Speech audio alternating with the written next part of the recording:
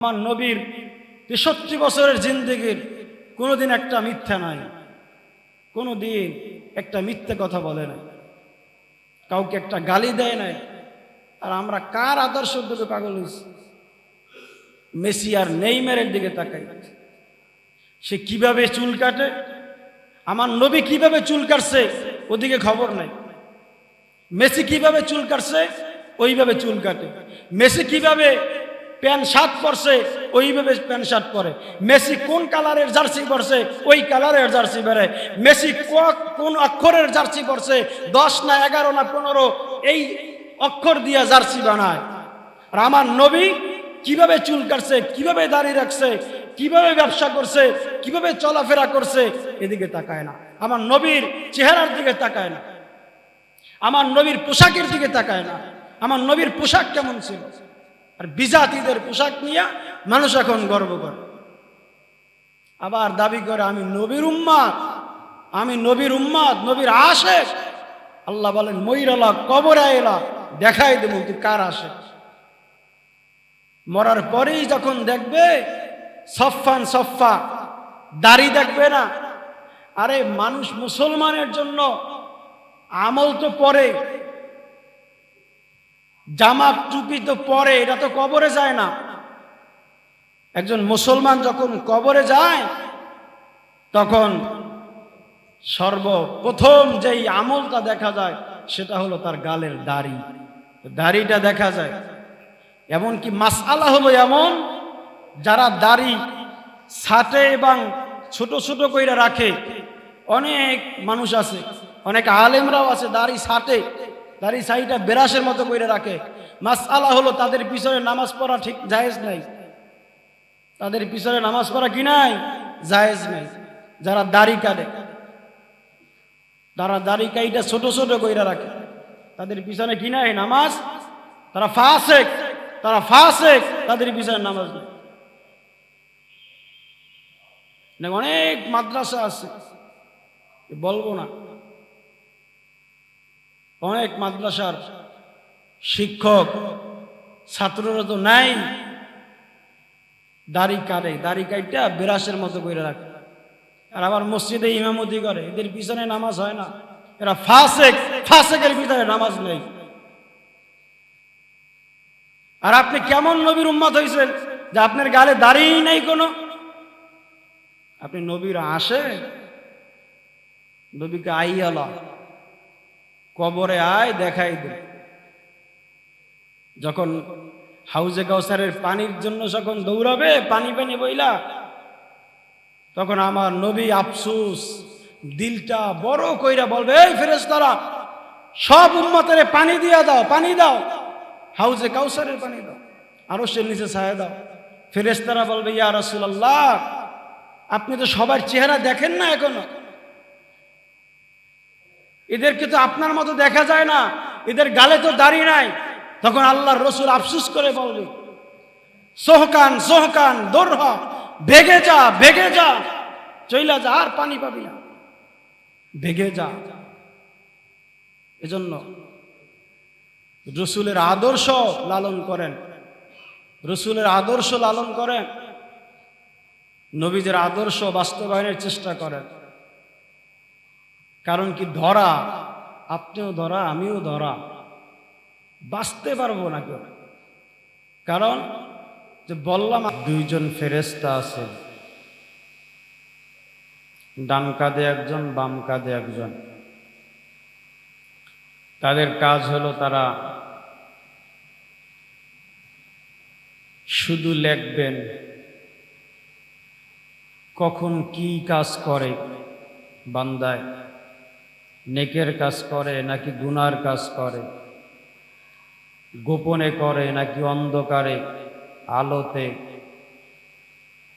যখন যেই কাজ বান্দা করে আল্লাহ পাক রব্বুল আলামিনের ওই ফেরেশতারা ওটা লেখেন। এবং এই সব সময় তারা থাকে, তারা কখনো চলে যায় না। আমরা যখন ঘুমাই তখনও তারা থাকে, যখন রাস্তায় হাঁটি তখনও তারা থাকে, যখন বাজারে যায়, দোকানদারি সব সময় থাকে তারা, কিন্তু তারা শুধুমাত্র 2 সময় তারা থাকে না। আমাদের সাথে যেই ফেরেশতা আছে তারা 2 সময় থাকে না। এক সময় হলো আমরা যখন বাথরুমে যাই, বাথরুমে যখন যাই তখন ওই ফেরেশতা আপনার আমার সাথে থাকে না, কারণ বাথরুম নাপাক। তারা হলো পাক, এজন্য তারা ওই সময় থাকে না, বাহিরে দাঁড়ানো থাকে। এজন্য বাথরুমে যাওয়ার পরে যত দ্রুত বের হওয়া যায় বাথরুম থেকে, কাজ সেরে হাজত সেরে বাথরুম থেকে বের হওয়া, কারণ তারা কষ্ট পায় ফেরেশতারা। দ্বিতীয় আর এক সময় হলো জানাবাতের সময়, অর্থাৎ গোসল ফরজ হওয়ার সময়। কোনো মানুষ যখন গোসল ফরজ হয়, ওই সময় গোসল করার আগ পর্যন্ত ফেরেশতা আপনার আমার সাথে থাকে না, কারণ ওই সময় শরীর নাপাক থাকে, নাপাক শরীরে তারা থাকে না।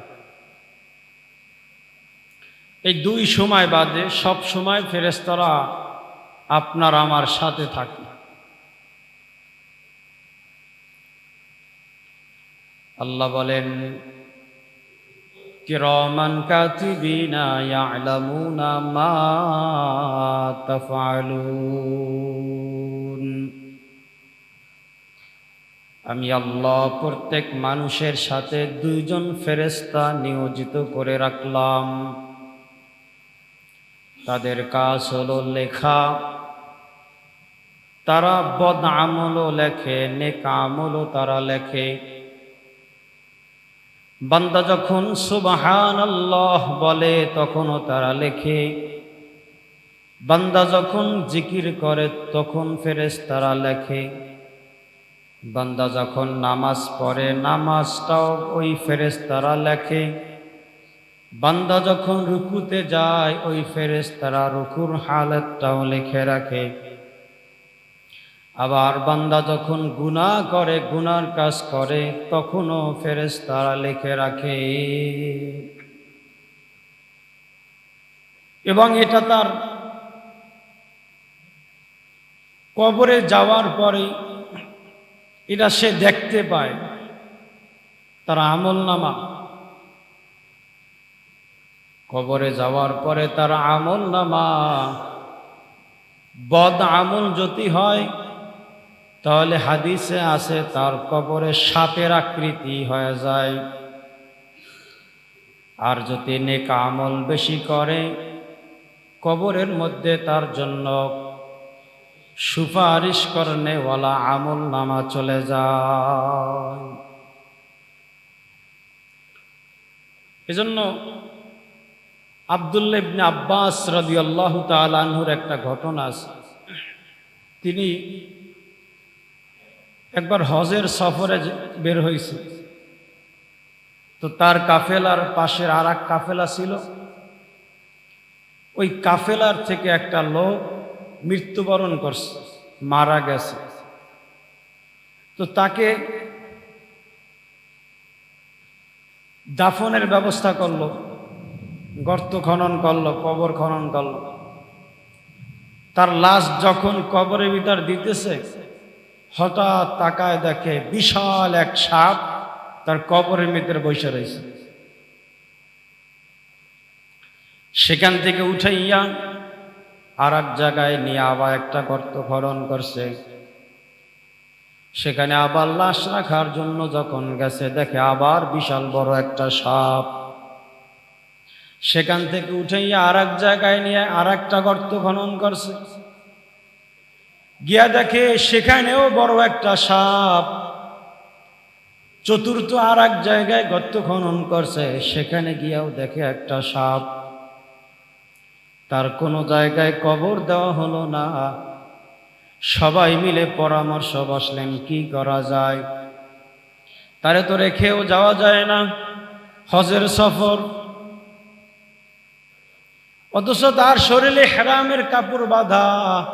হজে যাইতেছিল, এমন সময় সবাই মিলে পরামর্শ নিলেন যে পাশের কাফেলার ভিতরে একজন ফকি আছে, আলেম আছে, তার কাছে যাও। তিনি হলেন আব্দুল্লাহ ইবনে আব্বাস রাদিয়াল্লাহু তাআলা আনহু। আব্দুল্লাহ ইবনে আব্বাস রাদিয়াল্লাহু তাআলা আনহুর কাছে গিয়ে যখন বললেন, আমাদের কাফেলার একটা লোক মারা গেছে, তাকে যখন কবরে রাখা হয় তখন দেখি একটা বড় সাপ।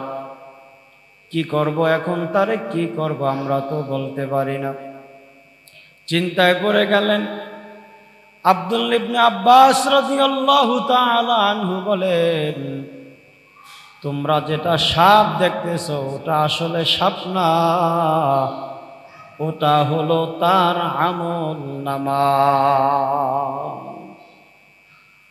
বলে সে দুনিয়াতে নেকের আমল বেশি করে নাই, দুনিয়াতে সে গুনাহ বেশি করেছে, বদ আমল বেশি করেছে, ইবাদত বেশি করে নাই, নামাজ পড়ে নাই, দুনিয়াতে রোজা রাখে নাই, হজ যাকাত পর্দা করে নাই, এজন্য তার বদ আমল মৃত্যুর পরে কবরেই তার দেখা গেছে।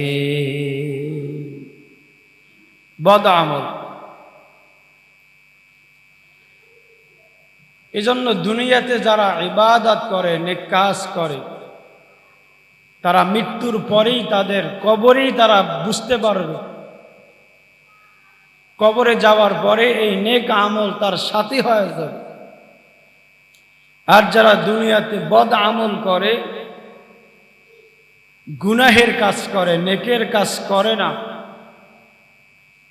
ইবাদত বন্দেগী করে না,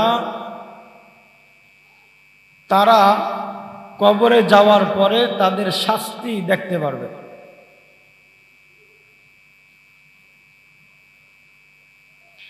এজন্য কোরআনে আছে, আল্লাহ পাক রব্বুল আলামিন বলেন, তারা তাদের আমলনামা দেখতে পারবে হাসরের ময়দানে। وَعُزِيَ الْكِتَابُ فَتَرَى الْمُجْرِمِينَ مُشْفِقِينَ مِمَّا فِيهِ وَيَقُولُونَ يَا وَيْلَتَنَا مَا لِهَذَا الْكِتَابِ لَا يُغَادِرُ صَغِيرَةً وَلَا كَبِيرَةً إِلَّا أَحْصَاهَا। হাসরের ময়দানে হাসরবাসীরা দেখতে পারবে তাদের বদ আমল, তারা দুনিয়াতে কি কাজ করেছে, কতটুকু ইবাদত করেছে তারা দেখতে পারবে, কতটুকু আল্লাহর ইবাদত করেছে, আল্লাহর হুকুম মেনেছে তারা দেখতে পারবে। ইবাদত একটা হলো ইবাদুশ শয়তান, আর একটা হলো ইবাদুল্লাহ। একটা হলো আল্লাহর ইবাদত, আল্লাহর হুকুম আহকাম মানা, আল্লাহর বিধিবিধান মানা, আর একটা হলো ইবাদুশ শয়তান, অর্থাৎ শয়তানের অনুসরণ করা। আমাদের সমাজে এমন লোক আছে যারা আল্লাহর গোলামি বাদ দিয়া শয়তানের অনুসরণ করে, বহুত লোক আছে। ইবাদত করে না, ইবাদতে যে ইবাদত করলে শিরিক হয় এই ইবাদত করে, শিরিক বেশি করে, আল্লাহর সাথে অংশীদার বানায়। যেমন আমাদের খুলনায় বাগেরহাটে, খুলনা বাগেরহাট খানজাহান আলী মাজারে, সেখানে বড় বিশাল এক দিঘি, সেই দিঘির ভিতর একটা কুমির আছে। এটারে তারা বড় পীর মনে করে, বড় কিছু মনে করে, সেখানে তারা মান্যত করে। এমন কি মান্যত করে, কি মুরগি মান্যত করে, ছাগল মান্যত করে, গরু মান্যত করে, খাইবে কে? বলে কুমিরেরে খাওয়ায়।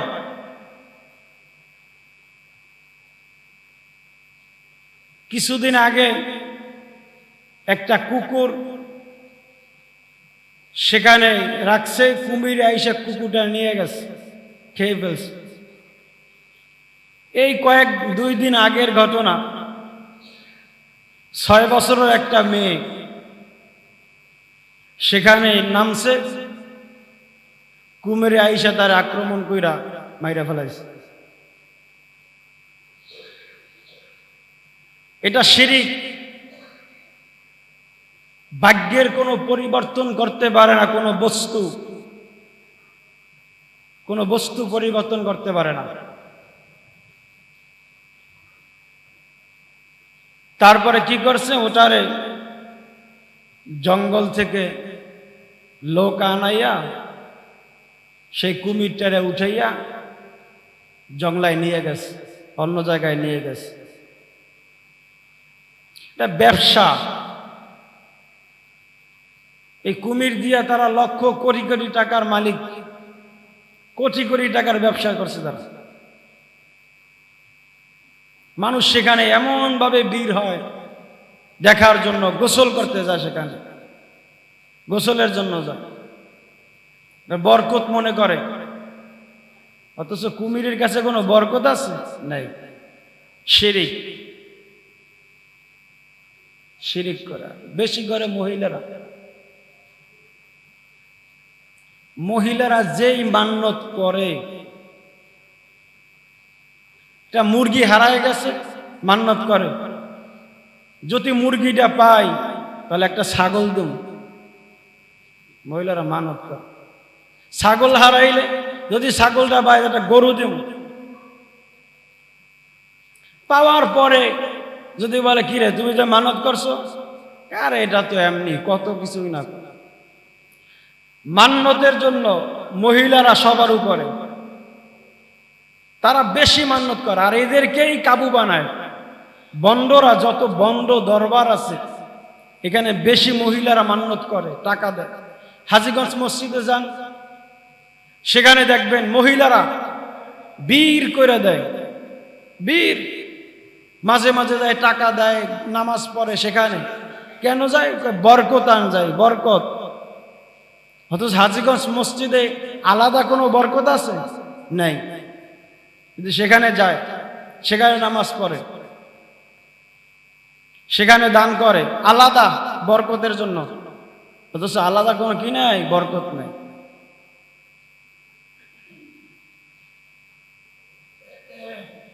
এই অবস্থা, ইবাদতের অবস্থা, ইবাদতে শিরিক ভরা। তো ইবাদত কিভাবে কবুল হবে? আমাদের ইবাদতে শিরিক ভরা।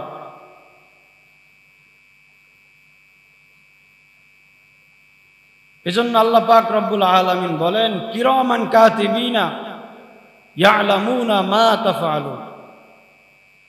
তোমাদের 2 কাঁধে 2 জন ফেরেশতা আছে,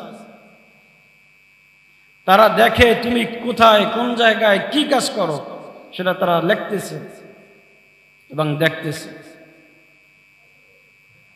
তা হাসরের ময়দানে আপনারা দেখতে পারবেন, দেখবেন এক একজনের জন্য এক এক বিশাল বড় বড় বই হয়ে গেছে, লিখতে লিখতে লিখতে লিখতে। এবং আল্লাহ তাআলা বলবেন, তুমি যেই আমল করেছ এটা তুমি দেখো এবং পয়রা পয়রা দেখো, কোন জায়গায় কি কাজ করেছো সব আছে। এবং পড়ো, ইকরা কিতাবাকা কাফা বিনাফসিকাল ইয়াওমা আলাইকা হাসিব। তুমি কি কাজ করেছো দুনিয়াতে তা তুমি দেখো এবং পড়ো, তুমি পড়তে থাকো। তখন বলবেন, আল্লাহ আমি তো পড়তে পারি না। তো ওই সময় কেউ যদি বলে আমি পড়তে পারি না, আল্লাহ বলবে পড়া লাগবে না। আল্লাহ যখন বলবেন ইকরা কিতাবাকা কাফা বিনাফসিক, তুমি পড়ো, আল্লাহ যখন বলবেন ইকরা পড়ো, বলার সাথে সাথে ও হাফেজ হয়ে যাবে, সব পড়তে পারবো। তখন পড়তে পারবে, সে কি আমল করছে সব দেখতে পারবে। তখন আফসোস করে বলবেন মালি হাজাল কিতাব, এটা কেমন কিতাব, লা ইউগাদিরু সগীরাতাও ওয়ালা কাবীরাতান ইল্লা আহসাহা, যে কোনো জিনিস বাদ দেয় না, সব লেখছে। এটা কেমন কিতাব, কিভাবে লেখলো? এজন্য আমরা তো মনে করি যে আমরা বেঁচে যাব, কিন্তু না, বাঁচার কোনো সিস্টেম নাই। আমি মনে করি আমারে কেউ দেখে না, আমি গুনাহ করি অন্ধকারে, কেউ দেখে না। আল্লাহ বলে তোমার সাথে 5 জন মানুষ আমি রেডি করে রাখছি, তুমি কোনো দিন অস্বীকার করতে পারবে না। কেমনে অস্বীকার করো? কোনো সিস্টেম নেই। তুমি যেই জমিনে বৈশা গুনাহ করো, ওই জমিন সাক্ষী দেবে আমি আল্লাহর কাছে। তুমি যেই হাত দিয়ে গুনাহ করো, ওই হাত আমি আল্লাহর কাছে সাক্ষী দেবে। তুমি যেই পা দিয়া হাইটা হাইটা গুনাহ করছো, ওই পা আমি আল্লাহর কাছে সাক্ষী দিবে। তুমি যেই জবান দিয়া মিথ্যা অন্যায় কথা বলেছো, এই জবান হাসরের ময়দানে সাক্ষী দিবে। তুমি কেমনে আমি আল্লাহর কাছে অস্বীকার করো? আরে হাসরের ময়দানে তো আল্লাহ তাআলা এই জবান বন্ধ করে দিবেন। জবান থেকে এখন কথা বলি, হাসরের ময়দানে জবান থেকে কোনো কথা হবে না। আল্লাহ তাআলা সাক্ষী নেবেন জবান থেকে না, হাত থেকে সাক্ষী নেবেন, পা থেকে সাক্ষী নেবেন, জমিন থেকে সাক্ষী গ্রহণ করবেন। আল্লাহ তাআলা সূরা ইয়াসিনের ভিতরে বলেন, আল ইয়াউমা নাখতিমু আলা আফওয়াহিহিম ওয়া তুকাল্লিমুনা আইদিহিম ওয়া তাশহাদু আরজুলুহুম বিমা কানু ইয়াকসিবুন। আমি আল্লাহ সাক্ষী নেব, তোমার হাতে সাক্ষী দেবে, তোমার পায়ে সাক্ষী দেবে, জমিনে সাক্ষী দেবে। তখন অস্বীকার করতে পারবা না, তখন অস্বীকার করার কোনো সুযোগ নাই। এজন্য আমরা গোপনে গুনাহ করি, মনে করি কেউ দেখে না, কেউ দেখে না। আল্লাহ তো দেখেন, দেখেন না? আল্লাহ দেখে, এবং আল্লাহ তো দেখে, এবং সাক্ষী স্বরূপ আমাদের হাত পা রয়ে গেছে। এবং যেই জমিনে বৈশা গুনাহ করে, ওই জমিন সাক্ষী দেবে। এজন্য যখন যেই গুনাহ করে একটু চিন্তা করব যে কেউ দেখে না, মা দেখে না, বাপ দেখে না, ভাই বোন কেউ দেখে না, কিন্তু আমার আল্লাহ তো দেখে। আমার রব, সে তো আমার দিকে তাকায় আছে। আমি কিভাবে অন্যায় করি, কিভাবে গুনাহ করি, আমার আল্লাহ আমার দিকে তাকায় আছে। আমাদের এমন গুনাহ হয়, গুনাহ আমরা এত বেশি করি, তওবা করার আর সুযোগ হয় না। তওবা করি না, শুধু গুনাহ করি।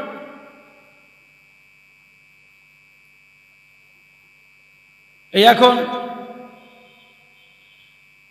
ব্রাজিল আর্জেন্টিনা আবার নিয়ে একদল খুব লাফালাফি, এক একজনের ভক্ত পাগল হয়ে গেছে। মেসির ভক্ত লক্ষ টাকা ব্যয় করে দেয়, জার্সি বানায়, কে কত বড় পতাকা বানাইতে পারে এ নিয়ে প্রতিযোগিতা চলতেছে। এমনও মানুষ আছে যারা ঘরের রং করে, সে যারে ভালোবাসা, হয়তো মেসি, নাহলে ব্রাজিলের কাউরে, আর্জেন্টিনার কাউরে, এই পতাকার বিশাল ঘরের ভিতরে অঙ্কন করে, আঁকে, জার্সি পরে। মুসলমান অসভ্য হয়ে গেছে।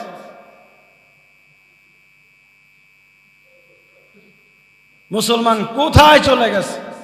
অথচ এই মেসি, নেমক হারাম, এই ইহুদি কুত্তা, এই জানোয়ারে, সে কি মুসলমান? কথা কন, সে কি মুসলমান? তো মুসলমান না। এই ট্রাম্পে বলছে যে মুসলমানদেরকে মারতে হবে, আঘাত করতে হবে, গুলি করতে হবে। আরো মেসি জানোয়ারে হাতে তালি দিছে, বাহবা দিছে। আর এই মেসির ভক্ত আমাদের বাংলাদেশ আছে না নাই? বাংলাদেশের কথা বইলে কি আমাদের এলাকায় আছে না নাই? সে আমার ভাই, আপনার ভাই, আপনার বোন আমার বোনকে মারার জন্য অর্ডার করছে, আর সে হাতে তালি দিছে, বাহবা জানাইছে, আর সেই কপাল পোড়া তার ভক্ত সমাজের অভাব নাই, অভাব নাই।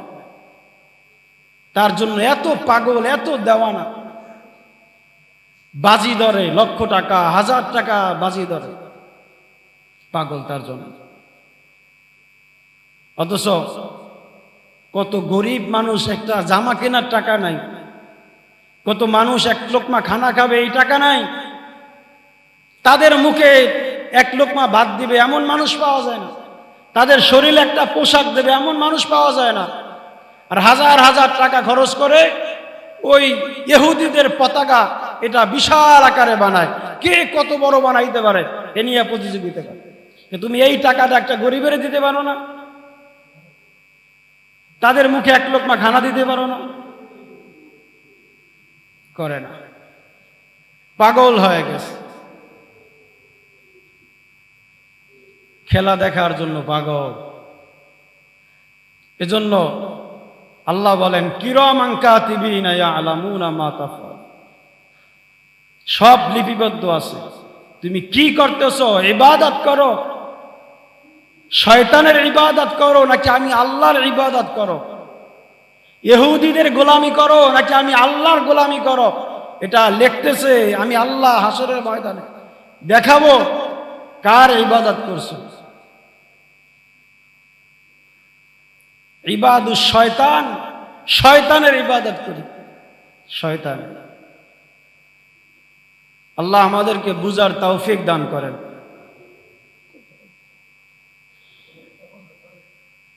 এজন্য ইবাদত হলো দুই প্রকার, একটা হলো ইবাদুল্লাহ, হলো ইবাদুস শয়তান। শয়তানের ইবাদত, শয়তানের ইবাদত কি বলে, যেই কাজ করলে শয়তান খুশি হয় ওটা হলো শয়তানের ইবাদত, শয়তানের গোলামি। আজ আমাদের সমাজে অধিকাংশ মানুষ শয়তানকে খুশি করার জন্য পাগল, আল্লাহ এবং আল্লাহর রসুলকে খুশি করার জন্য পাগল না। যদি আল্লাহকে খুশি করত, রসুলকে খুশি করত, সে আল্লাহর জন্যই দেওয়ানা হইতো, আল্লাহর জন্যই পাগল হইতো, আল্লাহর জন্য পাগল হয় না। নামাজ ঠিকমতো পড়ে না, আল্লাহ তাআলার বিধিবিধান ঠিকমতো পালন করে না, রসুলকে খুশি করে না, রসুলের আদর্শ মানে না। আদর্শ মানে বিজাতিদের আদর্শ, আর আমার নবী কেমন নবী, কেমন আদর্শ, তার জীবন আদর্শ কেমন।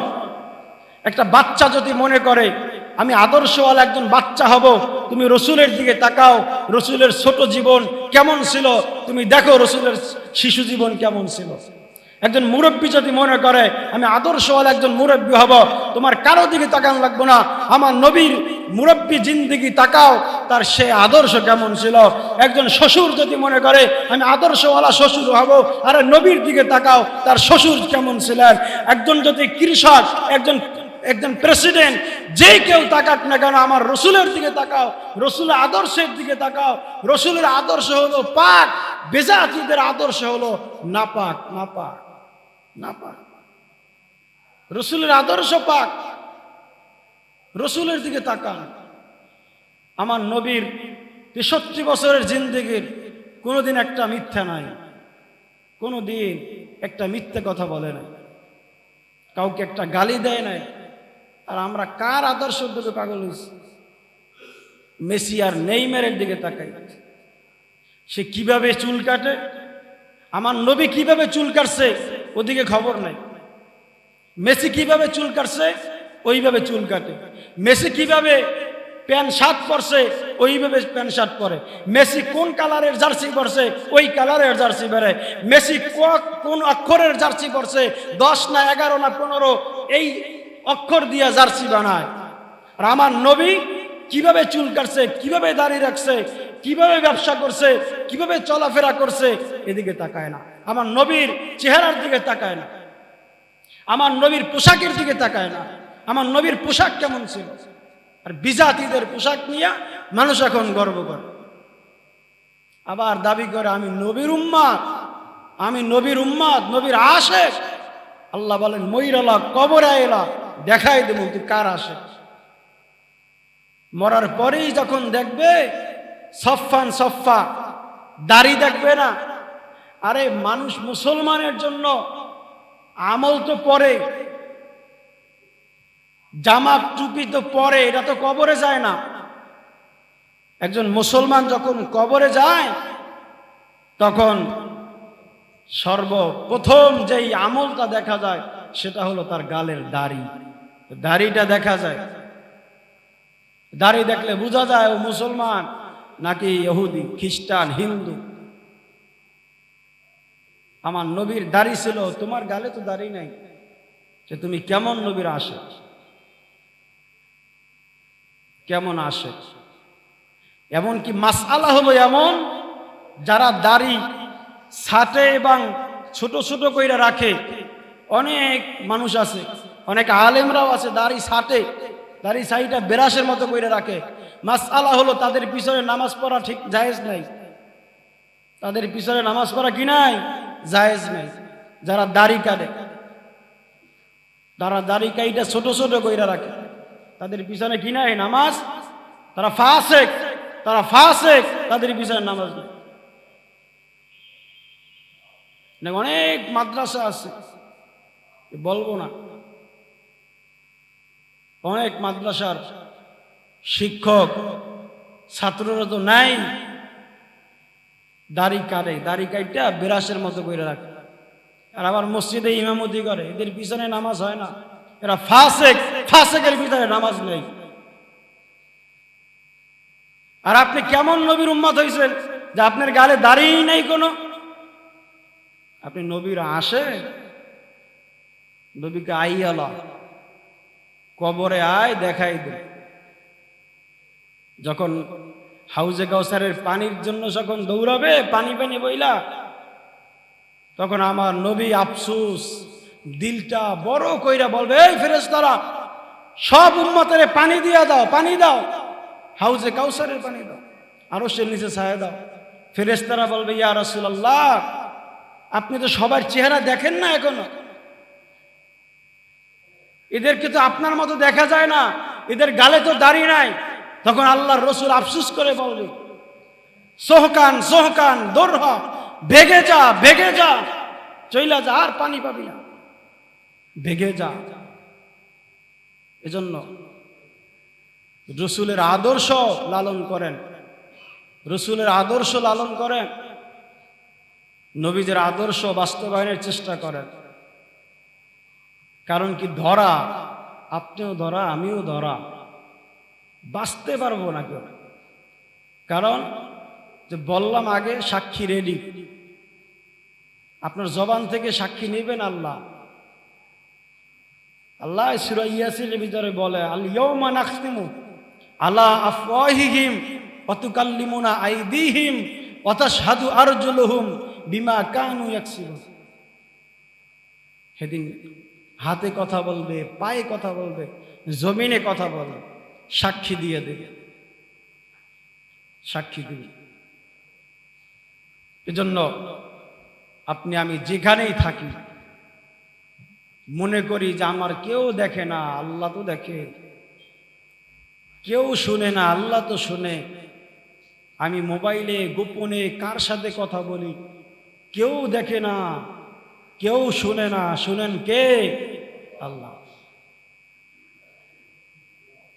সব আল্লাহ দেখেন, আল্লাহ শুনেন। এটা যদি চিন্তা করি, দিলের ভিতর যেটা লালন করি, তাহলে গুনাহ করা যায়, গুনাহ হয় না। এই জন্য গুনাহ থেকে বাঁচতে হবে। আজ মুসলমানের অধপতন কেন? মুসলমানের সমাজে শান্তি নাই কেন? কেন শান্তি নাই? আর মুসলমান গুনাহ বেশি করে, গুনাহ করে। আগের জমানার মুসলমানেরা গুনাহ করতো না তো,